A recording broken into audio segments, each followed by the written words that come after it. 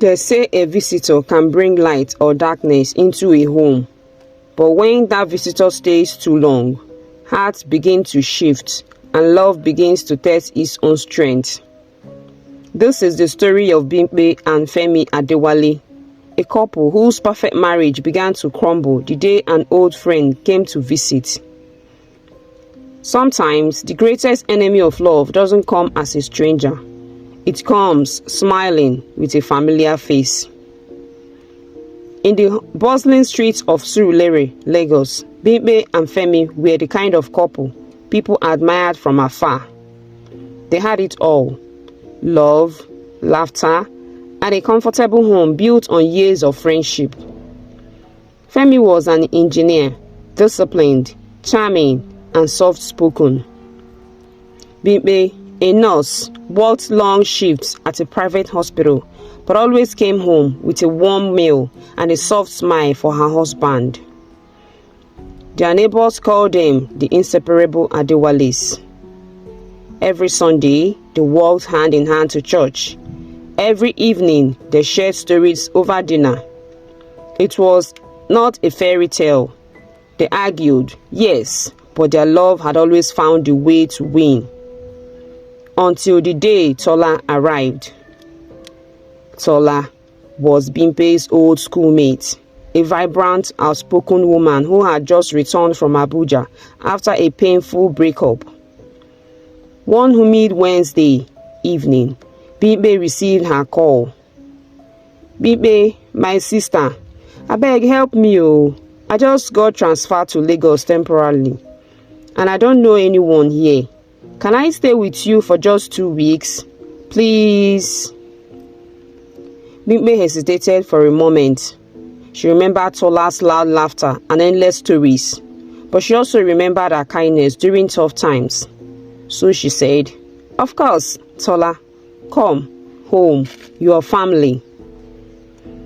That night, Bimpe told Femi about her coming. Femi smiled lightly. "As long as it's just 2 weeks. Those words will soon haunt them." Tola arrived the next evening in tight jeans, heavy perfume, and an energy that filled the room. She hugged Femi warmly, almost too warmly. "Ah, my in-law. So this is the famous Femi Adewale I've been hearing about." Femi smiled politely. "You're welcome, Tola. Feel at home." From that moment, the rhythm of the house shifted. Tola laughed too loudly. She cooked without asking. She wore revealing nightwear around the house. At first, Bimpe ignored it. After all, they were like sisters. But Femi noticed. And Tola noticed that Femi noticed. 2 days turned into 5. Tola became a constant presence, chatting with Femi even when Bimpe wasn't home. One night, Bimpe returned from a long hospital shift and found them laughing together in the sitting room. Her food was still on the stove, untouched. "Tola, you cooked again?" she asked with a small smile that didn't reach her eyes. Tola laughed. "Ah, Femi said he was hungry, and you know me, I can't let my in-law starve." Bimpe nodded slowly, but something cold settled in her stomach. Later that night, as they lay in bed, she turned to Femi. "Babe, please, let's not make her too comfortable. It's just for 2 weeks." Femi chuckled. "Bimpe, she's your friend. Don't start imagining things." But imagination was not the problem. The problem was what she saw next. One Saturday morning, Bimpe left home early for an emergency shift. Halfway to the hospital, her matron called to cancel it. The patient had been transferred. She turned back home quietly, thinking she would surprise Femi with breakfast. But as she opened the door, she froze. Tola was sitting close to Femi on the couch, too close. They weren't kissing, but the energy between them was unmistakable. Intimate, dangerous. Tola's hand rested lightly on Femi's knee as they whispered about something that made them both laugh. For a moment, Bimpe couldn't breathe. She didn't speak. She just turned and walked out again, tears burning behind her eyes. That evening, she pretended nothing happened, but something in her heart had cracked. Days passed and Tola showed no sign of leaving. The 2-week mark came and went. "Ah, Femi, I'll soon find a place. Just give me small time," she said one evening, laughing. Femi shrugged. No problem. But to Bimpe, it was a problem. Femi had grown distant.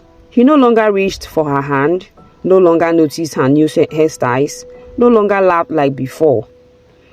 One night, Bimpe overheard Tola's voice in the kitchen. "You're too good for her, Femi. She doesn't even understand you the way I do." Femi's reply was soft. "Tola, stop. Don't say that." But he didn't walk away either. Bimpe's words spun. She locked herself in the room and cried until her pillow was wet. The next morning, she confronted him.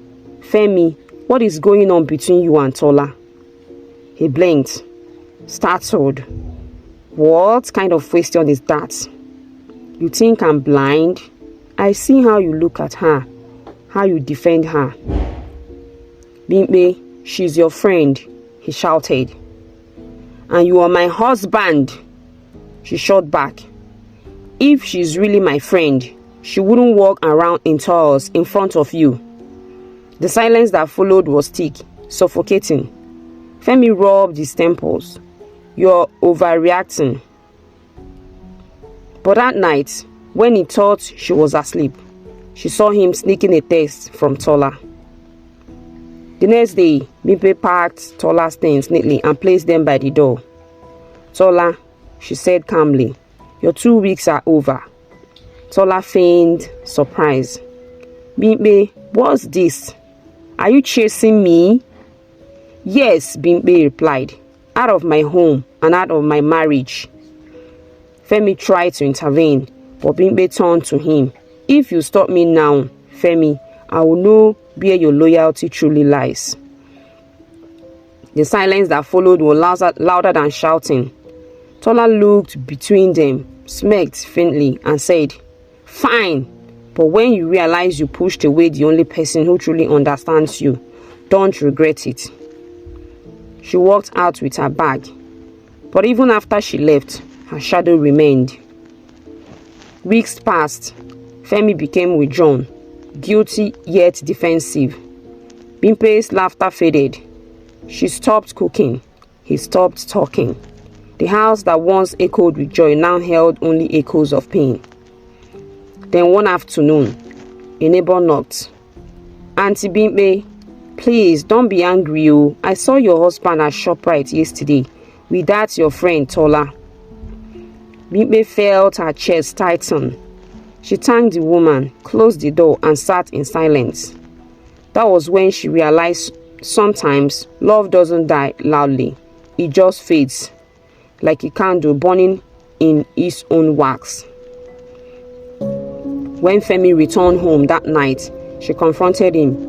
He didn't deny it. He didn't apologize either. "I didn't plan for it to happen," he said quietly. "She was there when you stopped talking to me. When you became distant." Bimpe laughed bitterly. "Distant? You replaced my presence with hers. You brought her into our home, and you blame me for leaving emotionally."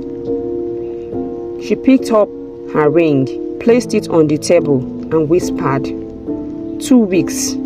That's all it took to destroy 5 years of love." Then she walked away. Months turned to a year. Bimpe moved out and rebuilt her life in Yaba. She focused on her nursing and found peace in her solitude. Femi's life took the opposite turn. His business struggled, his health waned, and the woman he thought he loved disappeared after taking his savings. One rainy evening, he sat in the same house, now empty, quiet, lifeless, staring at their wedding photo. Tears fell silently as he whispered, "Bimpe, I am sorry." But it was too late. Years later, Bimpe was invited to speak at a women's conference about marriage and trust. She ended her speech with words that silenced the room. Guard your home with wisdom, but never with blindness. Sometimes, evil doesn't come through enemies, it comes through friends who overstay their welcome. Love is sacred, but boundaries keep it safe. As she stepped down from the stage, a young woman asked, "Auntie Bimpe, did you ever forgive him?" She smiled sadly. "I did, because forgiveness heals you, not them. But I never forgot what 2 weeks taught me, that not every friend deserves a seat in your marriage." Sometimes, love doesn't end with shouting or betrayal. It ends with the silence that follows when trust dies. The presence of one friend for just 2 weeks shattered a home that took years to build. Let every listener remember, not every visitor comes with peace. Some come to test your heart, your patience, and your wisdom. Thank you for watching. I hope you enjoyed the story and you learned a lot of lessons from it. Do well to like, share, and subscribe to my channel for more interesting stories. Thank you.